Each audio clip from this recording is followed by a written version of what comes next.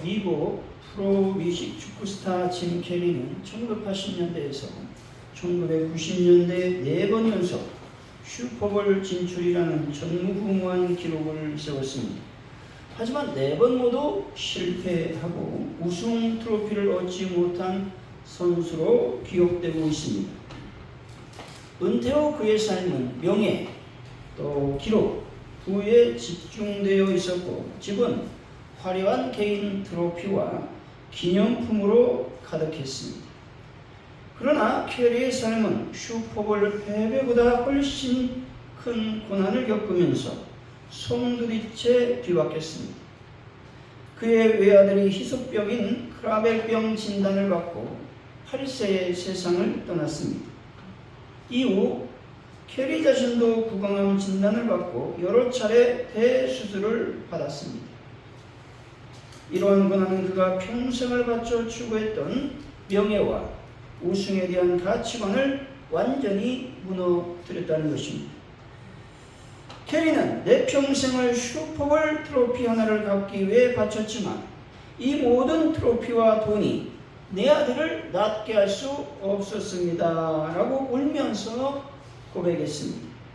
그는 아들의 고통 속에서 영원한 가치를 깨달았습니다. 명예는 생명을 연장하거나 자신을 천국으로 데려다 줄 수 없다는 것을 알았다는 것이죠. 아들에게 물려줄 수 있었던 최고의 유산은 사랑과 믿음이었습니다. 캐리는 자신의 영혼 구원에 대해 깊이 생각하게 되었습니다. 이후 그의 삶이 완전히 변화되었습니다. 캐리는 모든 트로피를 버리지 않았지만 그것들이 가장 중요한 자리를 차지하지 못하게 했다는 것이죠. 집에서 가장 소중한 자리는 아들과 추억이 담긴 사진, 또 신앙을 고백하는 물건들로 채워졌다는 것이죠. 캐리는 고통받는 다른 가족들을 돕는 자선사업가로 변신했습니다. 그는 자신의 고난이 타인을 돕기 위한 하나님의 계획이었다고 간증하고 있다는 것이죠. 캐리의 고백은 우리에게 세상의 명예가 아닌 사랑과 믿음, 그리고 이웃과의 관계란 영원한 가치에 소망을 두어야 함을 말하고 있습니다. 여러분, 신앙인들에게 가장 중요한 것은 세상적인 삶이 아니라 영혼에 대한 소망임을 믿는 분들이 되시기를 바랍니다. 브로니 웨어라는 분이 있는데 이분은 호주에서 오랫동안 호스피스 요양병원에서 간호사로 일했습니다. 그녀는 임종을 앞둔 환자들이 가장 많이 남긴 고백을 기록하여 죽음을 앞둔 사람들이 가장 많이 후회한 5가지란 책을 출간했습니다. 5가지 대표적 후회는 다음과 같습니다. 첫째, 내가 진정 원하는 삶을 살지 못했습니다. 사람들은 사회적 기대, 남의 눈치 때문에 자신의 소명을 따르지 못했다고 고백했다는 것이죠. 둘째, 너무 일을 많이 했습니다 라고 말합니다. 많은 이들이 가족과 함께할 시간을 잃어버리고 일과 성공에 인생을 소진했다고 후회하고 있습니다. 셋째, 내 감정을 솔직히 표현하지 못했습니다 말합니다. 평생 속마음을 억누르며 살다가 관계 속에서 진정한 자유와 사랑을 경험하지 못한 것을 안타까워했다는 것이죠. 넷째, 친구들과의 관계를 유지하지 못했습니다 말합니다. 죽음을 앞두고 깨달은 것은 돈과 지위가 아니라 함께한 사람들이 남는다라는 것을 깨달았다는 것이죠. 다섯째, 더 행복하게 살지 못했습니다 말합니다. 많은 사람들이 행복이 선택임을 너무 늦게 깨닫고 떠났다라고 하는 것입니다. 죽음을 앞두고 깨달았던 이 모든 후회들은 모든 사람들이 하는 후회일지도 모른다는 것이죠. 사랑하는 성도 여러분, 세상을 사랑하지 말고 오직 예수님을 사랑하심으로 영혼을 소망하며 살아가는 귀한 분들이 되시기를 예수 이름으로 간절히 축원드립니다. 오늘 본문은 부자와 나사로의 비유의 말씀이죠. 예수님은 부자와 거지 나사로를 대비시키며 영원한 운명의 기준을 제시하고 있습니다. 호화로운 삶을 살던 부자는 대문앞 나사로의 고통을 외면했습니다. 죽음 이후 나사로는 낙원에, 부자는 지옥에 떨어졌다는 것이죠. 왕래할 수 없는 큰 부러움으로 인해서 현세의 기회는 영원히 소멸이 되었습니다. 부자가 세상의 형제들을 위한 경고를 요청했을 때 아브라함은 모세와 선지자의 말씀이 있으니 들을 것이라고 대답을 하고 있습니다.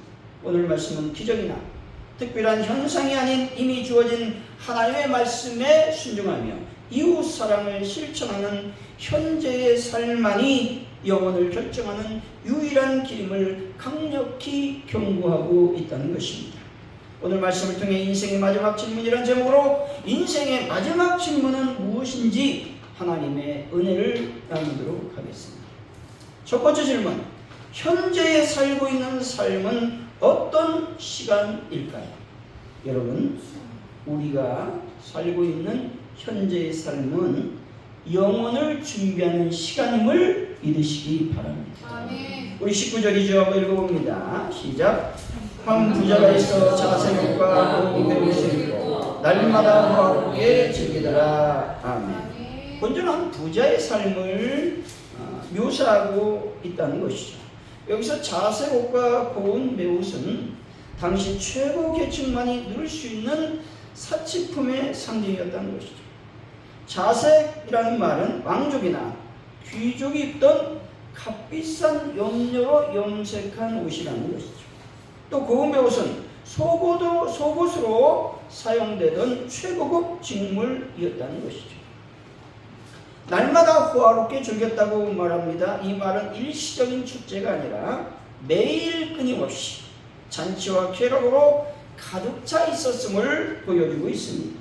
자신의 소유를 남을 위해 사용하지 않고 자신만을 위해 사용했음을 말하고 있는 것입니다. 다시 말해 부자가 악한 일을 했다고 말하지는 않습니다. 다만 자신에게 주어진 풍요를 당연히 여기고 오직 자신만의 쾌락을 위해 사용했다는 것이죠. 바로 그 앞에 있는 고통에 무관심했다는 데 있다는 것이죠. 이것이 죄악이라는 것입니다. 그의 삶 중심에는 하나님이 아닌 자기 자신에게 있었습니다. 여러분 삶의 중심, 모든 중심이 내가 아니라 오직 하나님께 있으시기를 바랍니다. 우리 20절이죠. 한번 읽어봅니다. 시작. 나사로가 이름하는 한 거지가 번데두성으로 그의 대문 앞에 버려진 채. 아멘. 부자와 극명하게 대조를 이루는 한 인물이 나오고 있죠. 그것은 바로 거지 나사로라는 겁니다. 헌데투성이라고 하는 말은 육체적 고통과 함께 사회적으로도 부정한 사람으로 취급받았음을 의미하고 있다는 것이죠. 그는 비참 그 자체였다는 것이죠. 대문 앞에 버려진 채라는 말에서 대문은 단순한 문이 아니라 부자의 호화로운 세계와 나사로의 고통을 분리하는 영적인 문이라는 것입니다. 부자는 나사로의 고통을 매일 보았지만 부자는 나사로를 철저히 투명 인간 취급했다는 것이죠. 나사로라는 말은 이런 의미가 있죠. 하나님께서 도우셨다라는 의미를 지닌 이름입니다. 그런데 그를 세상이 외면했다는 것이죠. 하지만 하나님은 그를 아시고 그의 이름을 불러주셨습니다. 이 말은 세상에서 가장 비참한 자도 하나님의 시선 아래 있으며 그분께는 결코 무의미한 존재가 아님을 말하고 있는 것입니다. 여러분, 세상은 외면하지만 하나님께서 도와주심을 굳게 믿는 분들이 되시기를 바랍니다. 21절이 읽어봅니다. 시작. 부자의 상에서 떨어진 것으로 되돌려 심지어 개들이 와서 그 번제를 했더라. 아멘. 부자의 상에서 떨어지는 이것은 바로 쓰레기 같은 부스러기라는 것이죠. 이 쓰레기 같은 부스러기란 말은 무슨 말이냐면 이 당시 잔치에서는 손님이 손으로 이제 음식을 먹잖아요. 그러면 이제 그 남은 빵 조각을 이용해서 손을 닦고 그 빵을 바닥에 버렸습니다. 우리는 음식에서 떨어지는 부스러기로 알고 있지만 아주 더러운 자기 어떤 손님의 손을 씻었던 빵가루가 바로 상에서 떨어지는 그 쓰레기라고 하는 것입니다. 심지어 개들이 와서 그 헌대를 핥을 정도로 철저히 나사로는 인간에게 배제된 상태였다는 것이죠. 부자는 날마다 파티를 즐기며 자신의 욕망을 불태우고 있습니다. 현대적으로 부자를 표현하면 그는 매일 미슐린 스타 셰프의 개인적인 요리나 또 전 세계에서 공수한 희귀 식재료로 만든 음식으로 저녁을 먹었다는 얘기가 되는 것이죠. 일상은 오늘의 잔치와 다름이 없으며 지루함 없이 끊임없이 새로운 쾌락과 자극으로 채워졌다는 것이죠. 부자는 현재의 쾌락적 삶을 살았지만 영혼을 준비하는 삶은 살지 못했다는 것이죠. 쾌락을 위해 자신이 가진 모든 것을 소비한 부자는 시간 또 물질, 재능을 오직 자신만을 위해 낭비했습니다. 이렇게 현재의 삶을 낭비한다면 영혼의 통장에는 아무것도 남지 않을 것입니다. 여러분, 영혼을 준비하는 분들이 되시기를 바랍니다. 니콜라스 폰 진젠도르프 백작은 18세기 독일 경건주의자이자 종교개혁가로 유명합니다. 그는 물질적 가난을 겪지는 않았지만 당시 사회와 종교계의 냉대 그리고 박해 그리고 개인적인 극심한 고난을 겪어야 했습니다. 하지만 그는 이 모든 어려움을 영원한 소망으로 이겨냈다는 것이죠. 그가 어릴 때 유명한 고백 중 하나는 나는 오직 한 가지 열정만을 가졌습니다. 오직 그분 예수 그리스도만이 나의 열정입니다 라고 고백했습니다. 또한 그는 자신의 모든 부와 시간 또 지위를 잠시 후면 끝날 고난이 아닌 영원한 기쁨을 준비하는 데 사용했다는 것이죠. 그가 세운 헤로도트 공동체는 극심한 영적, 경제적 어려움과 외부의 박해에 시달려야 했습니다. 그는 백작의 신분을 박탈당하고 추방당하는 고난을 겪기도 했습니다. 그럼에도 불구하고 이 모든 어려움을 영원한 유익을 위한 훈련으로 여겼다는 것이죠. 이 공동체 노예 제도와 질병이 만연한 곳, 다시 말해서 가장 위험하고 비참한 지역으로 차원하여 떠났다는 것이죠. 진젠도르프는 세상의 가치와 물질에 얽매이지 않고 오직 영원한 소망으로 충만했습니다. 그의 시중에 이런 시가 있습니다. 지상의 쾌락은 그림자에 불과하며 세상의 영광은 풀과 같이 시른다. 우리는 영원한 잔치를 향해 가고 있으며 이 땅에 잠깐의 짐은 그 잔치에 비하면 아무것도 아니다 라고 말이죠. 그의 삶은 백작이라는 높은 지위에도 불구하고 세상적인 모든 안락함을 버리고 영원한 복음의 가치를 위해 살았다라는 것입니다. 사랑하는 성도 여러분, 잠깐의 불편함 때문에 영원한 기쁨을 잃지 않는 분들이 되어서 현재의 삶을 영혼을 준비하는 시간으로 사용하는 분들이 다 되시기를 예수 이름으로 간절히 축원드립니다. 두 번째 질문, 죽음 이후에 펼쳐질 삶은 무엇이겠습니까? 여러분, 죽음 이후에는요 천국과 지옥이 있음을 믿으시기 바랍니다. 예수 믿으면 어디 갑니까? 천국에 가고, 예수 믿지 않으면 지옥에 간다는 것입니다. 22절이죠. 한번 읽어보죠. 시작. 이에 그 거지가 죽어 천사들에게 들려 아브라함 위에 들어가고 부자도 죽어 장차 되네. 아멘. 천사들에게 받들려라는 말은 하늘에 올라갔다라는 말씀이죠. 이 말은 하나님께서 그를 얼마나 귀하게 여기셨는지를 보여주고 있습니다. 세상은 그를 버렸지만 하늘의 천사들이 그를 영접했습니다. 그는 모든 고통과 멸시가 끝나는 영광스러운 아브라함의 품에 안식하게 되었다는 것이죠. 죽어 장사되었다고 말하죠. 이 말은 부자의 호화로운 옷과 매일의 잔치가 끝났음을 의미합니다. 그의 죽음은 평범한 인간의 죽음과 같았고 그를 위해 성대한 장례식이 치러졌을지는 모르지만 하늘에서는 어떤 영접도 없었다는 것이죠. 하나님께서는 재물과 권력이 아닌 마음의 태도와 삶의 방향을 보신다라는 것입니다. 나사로는 하나님을 의지했고 구자는 자신을 의지했다는 것이죠. 여러분, 우리의 가치는 오직 하나님께 있어야 된다는 것을 믿는 분들이 되시기를 바랍니다. 아멘. 23절 24절이죠. 시작. 그가 꿈에서 높은 중에 눈 들어 멀리 아브라함과 그의 품에 있는 나사로를 보고 불로 이르되 아버지 아브라함이여 나를 긍휼히 여기사 나사로를 보내어 그 손가락 끝에 물을 치고 내 혀를 서늘하게 하소서. 내가 이 불꽃 가운데서 괴로워하나이다. 아멘. 음부라는 말은 죽은 자들이 가는 곳을 말하는데 저승이나 지하 세계를 의미하죠. 그리고 성경에서는 스월 또 지옥으로도 표현하고 있다는 것입니다. 부자는 음부에 끌려가서 고통을 겪고 있는 것이죠. 이 고통은 육체적 고통뿐만 아니라 모든 것을 소유했던 삶에서 아무것도 소유할 수 없는 상태가 되는 정신적 고통까지 포함하고 있다는 것이죠. 또한 이 불꽃 가운데서 괴로워한다라는 고백처럼 부자는 물 한 방울조차 해결할 수 없는 상상할 수 없는 고통 속에 있었다는 것이죠.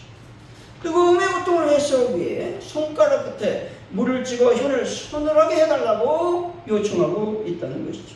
부자는 자신이 필요한 것이 돈이나 사치가 아니라 나사로의 손끝에 묻은 한 방울의 물이라는 것을 깨닫게 되었습니다.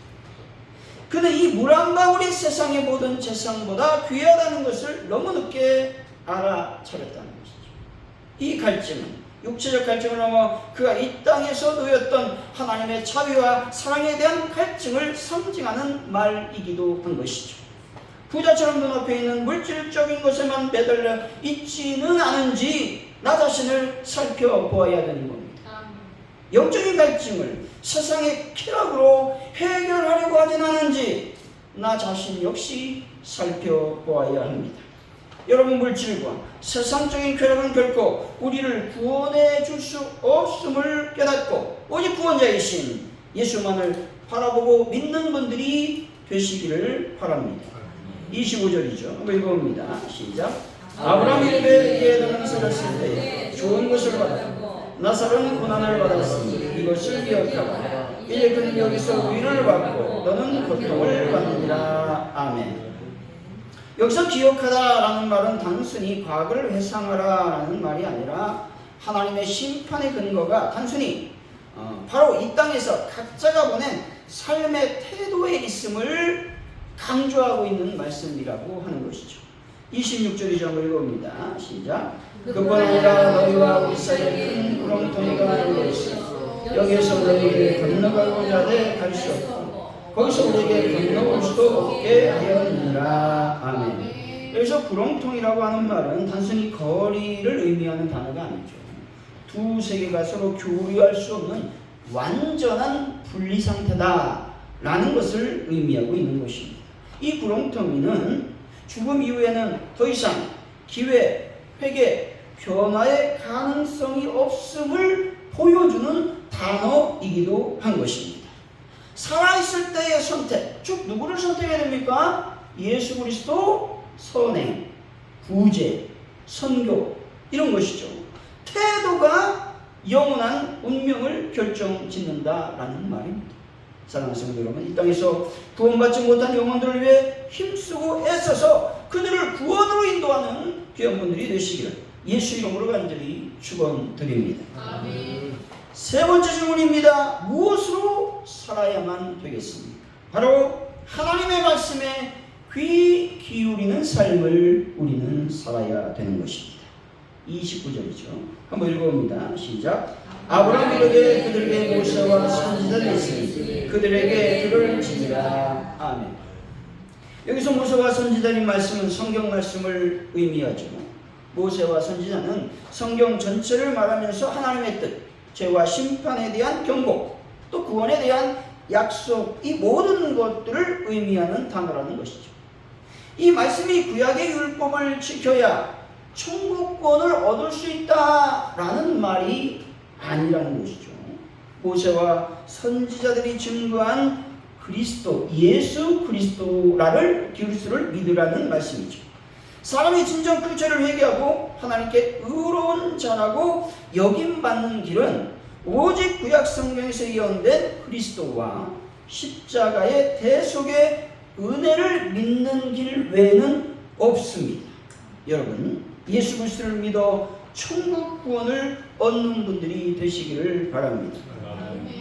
우리가 잘 알고 있는 조나단 에드워드의 삶은 성경 말씀에 대한 철저한 순종과 헌신의 증거였습니다. 그의 모든 생각, 행동의 기초는 오직 성경 말씀이었습니다. 이것은 그의 사생활, 신학, 그리고 사역의 열매로 극명하게 드러나고 있습니다. 20대 초반에 작성한 결심문 70개 주는 에드워드가 자신의 삶을 시간의 천지기 정신에 따라 철저히 관리했음을 보여주고 있는 것이죠. 그는 일상, 감정, 사고방식 등 삶의 모든 영역을 말씀에 비추어 설계했습니다. 그는 시간을 낭비하거나 악한 생각에 빠지는 것을 두려워했다는 것이죠. 그는 결심문을 통해 매일 자신을 반성하고 갱신함으로써 나약한 인간의 삶을 말씀으로 다스려 나갔다는 것이죠. 그는 이 말씀을 따라 신학, 철학, 목회 등 모든 영역에서 타협 없이 하나님의 영광을 추구했습니다. 그리고 고난 속에서도 자신의 삶 전체를 하나님의 영광을 위한 훈련이라고 고백하고 있습니다.